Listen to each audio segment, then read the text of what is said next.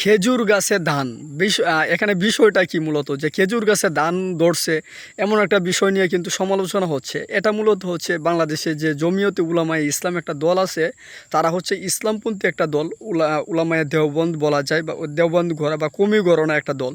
তো তারা হচ্ছে বাংলাদেশে হচ্ছে একটা আলাপ হচ্ছে ইসলামপন্থী দলগুলা একটা ঐক্য নিয়ে কিন্তু আলাপ হচ্ছে যে ইসলামপন্থী দলগুলা ঐক্য করে আগামী নির্বাচনে হচ্ছে তারা সংসদে প্রতিনিধিত্ব করবে বা তারা হচ্ছে নির্বাচনে অংশগ্রহণ করবে। তো সেই জায়গা থেকে জমিয়তে উলামায়ে ইসলাম পূর্বেকার সময়ে তারা হচ্ছে বিএনপির সাথে জুটেছিল।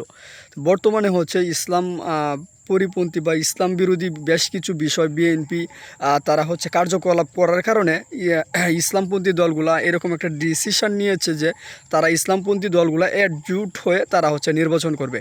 সেই জায়গা থেকে বিএনপি জমিয়ত উলামায়ে ইসলাম কী করলো, তারা হচ্ছে বিএনপির সাথে একটা কানেকশন রাখার চেষ্টা করতেছে, কানেক্ট হওয়ার চেষ্টা করতেছে, ইসলামপন্থী দলগুলোর সাথে একটা দূরত্ব বজায় রাখতেছে। যার কারণে দেখা যাচ্ছে তাদের অধিকাংশ নেতারা বলতেছে যে আমাদের সাথে বিএনপির জোট হবে, বিএনপির সাথে জোট হলে আমাদেরকে এইরকম 10 জন 20 জনকে এমপি পদ তারা হচ্ছে ছেড়ে দিবে।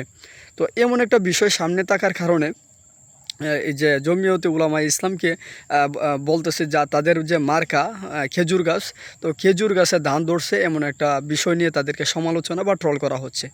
আদতে আসলে এটা এইভাবে না বললেও হয়, তবে এটা যৌক্তিক যে বাংলাদেশে যখন ইসলামপন্থীরা একসাথে হয়ে নির্বাচন করার একটা চেষ্টা করতেছে, তখন তারা বিএনপির সাথে যাওয়ার চেষ্টা করতেছে, এটা আসলে খারাপ দেখা যায়। যাই হোক, আপনাদের মন্তব্য কমেন্ট বক্সে জানাবেন।